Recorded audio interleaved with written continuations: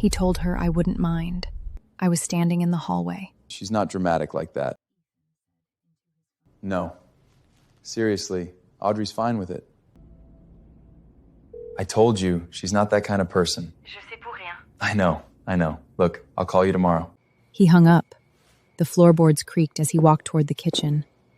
He didn't see me. I walked to the closet, hung up his suits, arranged them by color: navy, Sharkan, gray. Then I walked to the kitchen. Hey, you get the cleaning? Yes. Cool, thanks. I turned on the faucet. Cold water hit the pan from dinner. I didn't wait for it to warm up. 3 nights earlier, the dinner party was at Osteria del Lago, 10 of us around a long table. Ethan's work friends, their wives, their opinions about wine. Ethan was 3 seats away, deep in conversation with his co-founder Raj. I caught fragments. Valuation, term sheet, Q3 projections. So, Camille's moving back, huh? The name landed in the middle of the table like a stone. Ethan looked up from his conversation. Yeah? He didn't look at me. Audrey won't mind. She's not that kind of person. The table laughed, not unkindly, just comfortably, like he'd said something obvious, something true. I smiled too. I picked up my wine glass, drank. Maya was watching me from across the table. Her chopsticks paused midair. Far yadagum pim. She didn't smile. I excused myself to the bathroom. We've been together 6 years. Isn't that proof enough? That's not an answer. I dried my hands. It's the one I have. We walked back to the table. Ethan's phone was face up on the white tablecloth. A notification glowed on the screen, a message. From a contact act with no name saved. Just a photo, Paris. I looked back at my wine glass. I didn't ask. I never asked. I woke up at 4:17 a.m. Ethan was asleep. His breathing was even, unbothered. I watched the ceiling for a while. Then I got up. I walked through the rooms in the dark.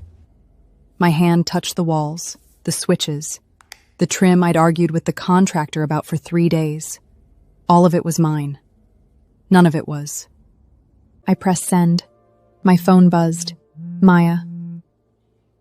You're awake? Yes. You okay? I looked out the window. The lake was flat and black. Dawn wasn't close yet. I'm packing. The whole house? She called instead of texting. Audrey. Hmm. When did you start planning this? The moment he told someone else how I feel. That long? That long. Okay. I'm bringing wine. And movers. Tomorrow. Maya, don't! Just don't thank me. Not for this. I hung up. The house was still quiet. Ethan was still asleep. I stood in the middle of the living room and looked up at the pendant light. It was perfect. The exact shade of amber I'd wanted. I'd driven 40 minutes each way to get it. Tomorrow I'd take it down. The night before his trip, I made dinner. Beef stew. His mother's recipe. He sat at the kitchen island, laptop open. I set the bowl in front of him. It's good. Just, home cooking. Okay. Camille sent me macaroons from that place in Le Marron, the one she used to talk about. He turned his phone toward me. A photo of a pink box. 6 perfect pastel circles. I'm gonna post these. His thumbs were already moving. They're real art. I watched him type a caption. Real art. 3 photos. The box. A single macaron. The Parisian shopfront she'd included in the package. He posted it. Set his phone down. Took another bite of stew. Anyway, flight's at 7 tomorrow. I'll be back Thursday. I finished my bowl. Stood up. Walked to the sink. He scrolled through his phone. Someone had already liked the post. I rinsed the bowls. Loaded them into the dishwasher. Wiped down the island. He didn't look up. I walked to his study. I'd seen this photo 1,000 times. I'd dust around it. I'd straightened it after the cleaners knocked it sideways. I'd never once looked at her face. I looked now. She was beautiful. I set the frame back down, not in the same spot, 2 centimeters to the left. He wouldn't notice. He never noticed. He left at 6:15 a.m. I stood at the bedroom window and watched his car pull out of the driveway. The taillights shrank, disappeared. Maya arrived at 8, and movers, and a case of wine. One of these is for now, the rest is for when we're done.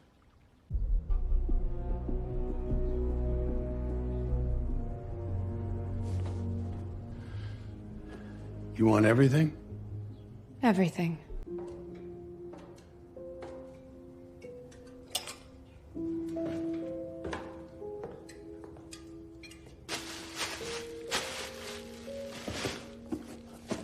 When did you start planning this? The moment he told someone else how I feel. That long? That long.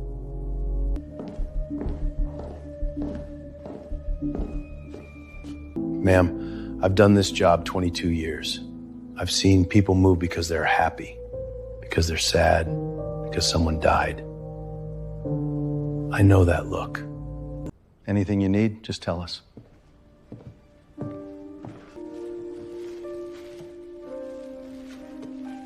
He's right, you know. About what? That look. You've had it for years. I just didn't know what to call it. His text came at 2:17 p.m. I sat back on my heels, looked at the 4 words. I pressed send, picked up the wrench. Maya was in the pantry, pulling out canned goods. Who was that? Ethan. What did he want? To know how home was. She didn't respond. She didn't have to. My phone buzzed again. Maya's name, a screenshot. Camille's Instagram, a selfie at Charles de Gaulle, boarding pass in hand, gate B27. Broke is the comment. Seattle Takama International Airport. Coming home. Maya walked over, stood above me. You saw it? I saw it. She tagged him in the second photo. Okay. I picked up the next drawer, removed the handle, set it in a plastic bag, labeled it, placed it in a box. I turned the phone toward her. Her face went very still. Is that... I don't know. Maya didn't say anything else. Neither did I. The last day of packing, I sat on the floor. The house was half empty. Hollow. My footsteps echoed now. Every sound I made, the house gave back. My phone lit up on the floor behind me. An email. Subject, Lawson Trust activation complete. I opened it, scanned the confirmation numbers, the account balances, the name at the bottom of the authorization, Julian Ashfield. You sure about this? I took the phone back, typed with my thumbs. I've never been more sure of anything. I pressed send. Maya's phone buzzed. She read it, nodded once. Okay then. She picked up the box I'd just taped, carried it to the front door, added it to the stack. I looked around the living room one more time. The walls were bare, the curtains gone. The floor was just floor now. Not a home, not anymore, just a house. Ethan came home a day early. I knew because Maya texted me. His car just pulled in. I'm parked down the street. You want me here? No, go. I'm already gone. The pause in the entryway where he'd set down his bag. Then nothing. Long nothing. His footsteps started. Slow. Stopping. Starting again. He walked through the living room, the kitchen, the dining room, each space emptier than the last.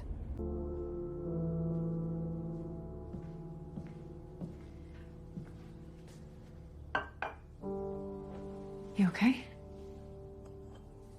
Yes. His car's still there. I know. 20 minutes later, Maya's phone buzzed. She glanced at it, looked at me. He's calling me now. Don't answer. She set her phone down beside mine. Somewhere across the city, Ethan was standing in an empty house. The only thing left was his desk. And on it, a new frame.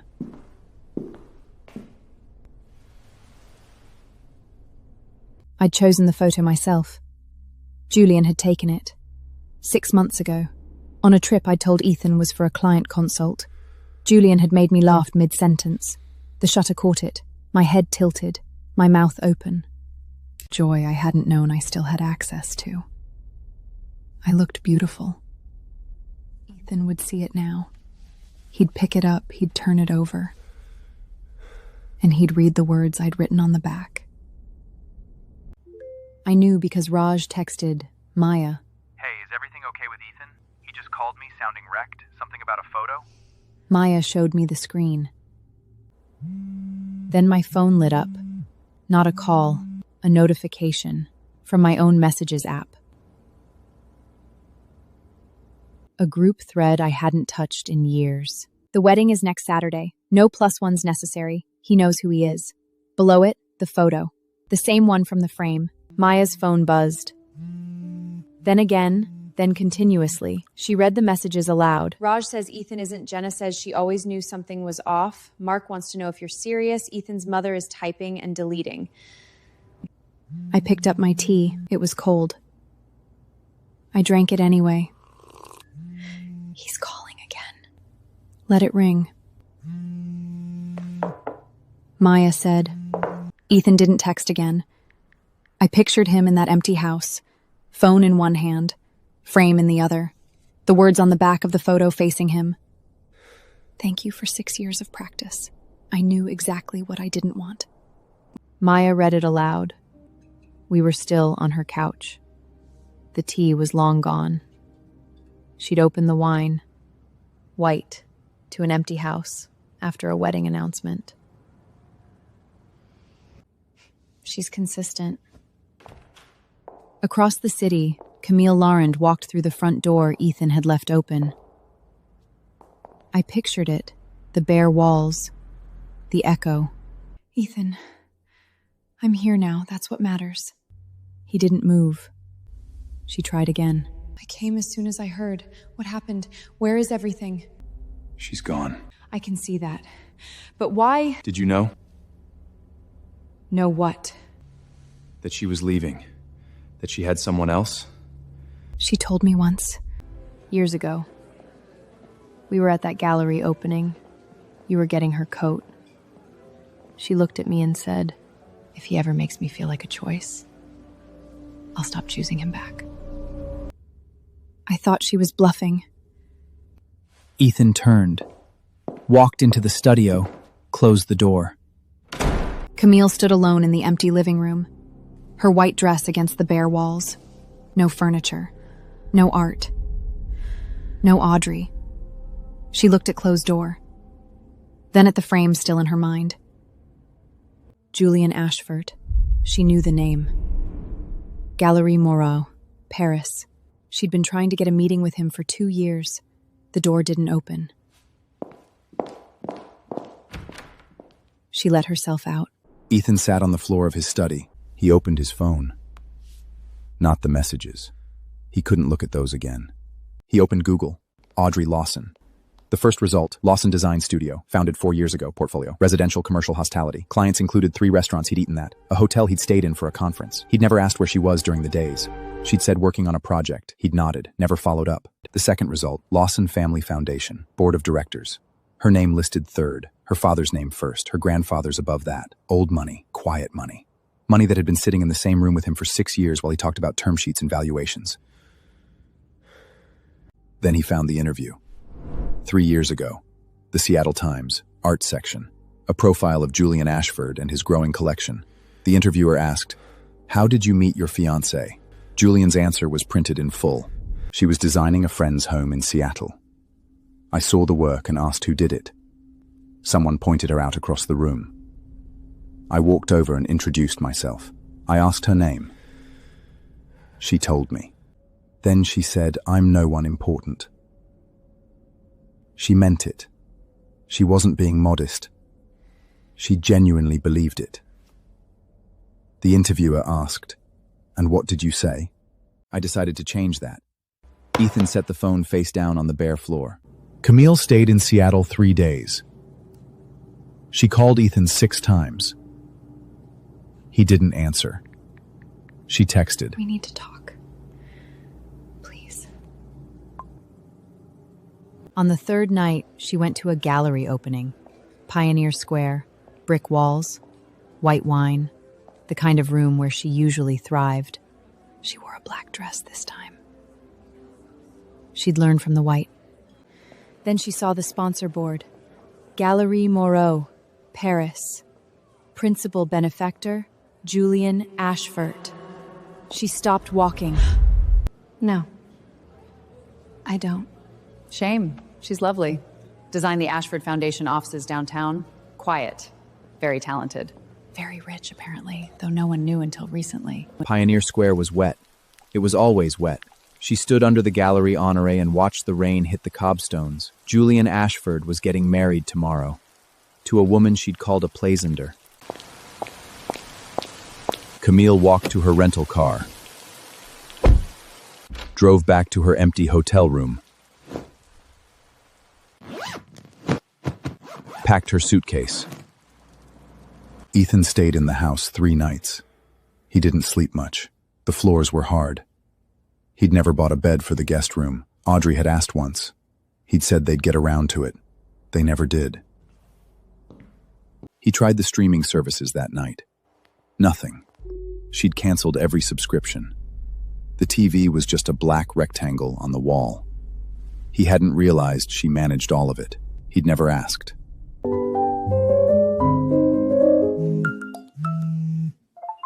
Ethan. Not now. Now. Lawson, we need talk. Not now. Lawson Trust pulled out of the round. That's 30%. 30! Our lead investor just vanished. The other LPs are asking questions. What the hell did you do? You don't know. Ethan. Audrey Lawson. Lawson Trust. She was sitting at my dinner table 3 weeks ago. You told everyone she was not that kind of person. What did you think Lawson meant? I'm not calling to yell at you. I'm calling because we have a board meeting Thursday. They're gonna ask about the round. They're gonna ask about you. And I don't know what to tell them. Tell them I'm an idiot. That won't help the valuation. The house echoed with nothing. He'd told her once, early on, You're so easy to be with. No drama, no fuss. she'd smiled, said nothing. He'd thought that was a compliment. The wedding was at 4. I stood in front of a mirror in a room with lake views. Maya was behind me. My dress was simple. White. I'd designed it myself. Nervous? I looked at my reflection. My hair was up. Loose strings at the temples. The way I liked it. The way I'd all want it. Even when Ethan said it looked messy. No. Liar. I smiled. I'm not nervous. I'm just waiting. For what? She didn't say anything. She didn't have to. She just squeezed my shoulder once and walked to the door. I'll tell them you're ready. I turned from the mirror. The room was quiet. Through the window, I could see the lake. Not the same lake, a different one, smaller, wilder. The light was different here. My phone buzzed on the vanitary. A text from Julian. I'm at the end of the dock. Take your time. I typed back. I've taken enough time. He sent a single emoji, a boat. I laughed. I couldn't remember the last time I'd laughed at a text from a man. I set the phone down. The door opened. Maya leaned in. They're ready.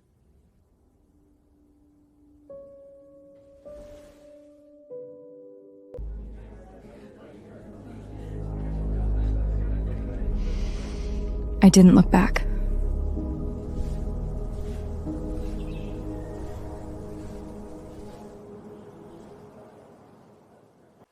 I walked alone.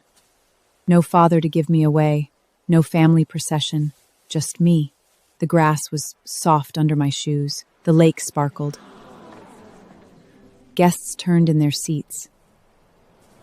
Maya stood at the front. She was crying. I'd never seen Maya cry. I reached the arch, stopped in front of him. You came. I said I would. I know, but people say things. I looked at him, at the arch he'd built. at the lake behind him, at Maya still crying in my peripheral vision. I'm not people. No. You're not. The officiator began. I didn't hear most of it. Something about love, something about patience, something about choosing. I heard that word. Choosing.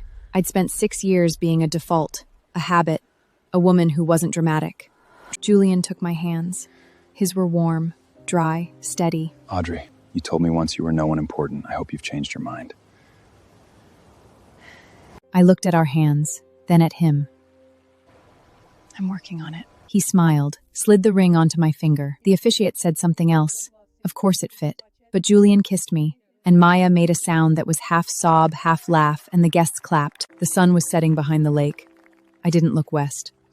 West was Seattle. West was a house I'd unmade, a man I'd left standing in an empty room. I looked east, at the water, at the light, at Julian's hand still holding mine. The reception ended late, dancing, wine, Maya giving a speech that made half the room cry and the other half pretend they weren't. Julian's uncle telling a story about him as a boy that I'd make him repeat tomorrow. I wanted to remember it. Now it was quiet. The suite had a balcony. I stepped out alone. The lake was black. The wind came off the water in small gusts. I wrapped my arms around myself. Behind me, the door slid open. Julian stepped out. He'd changed into a soft shirt, bare feet. He held a mug in each hand. Tea. I don't know how you take it. I guessed. I took the mug, smelled it. Chamomile. Good guess. He leaned against the railing beside me. We didn't speak for a moment. The water lapped at the shore below. Somewhere across the lake, a light flickered and went out. Then I turned back to the lake, to the tea warm in my hands, to Julian's shoulder beside mine. Everything okay? Yes. Everything is. He didn't push. He just nodded once and looked back out on the water. I stepped closer. The wind shifted. I leaned into his side. He put his arm around me. The tea stayed warm between us. I turned, walked back inside. Julian followed. The door slid shut. Seattle stayed where it was. I didn't look at it again.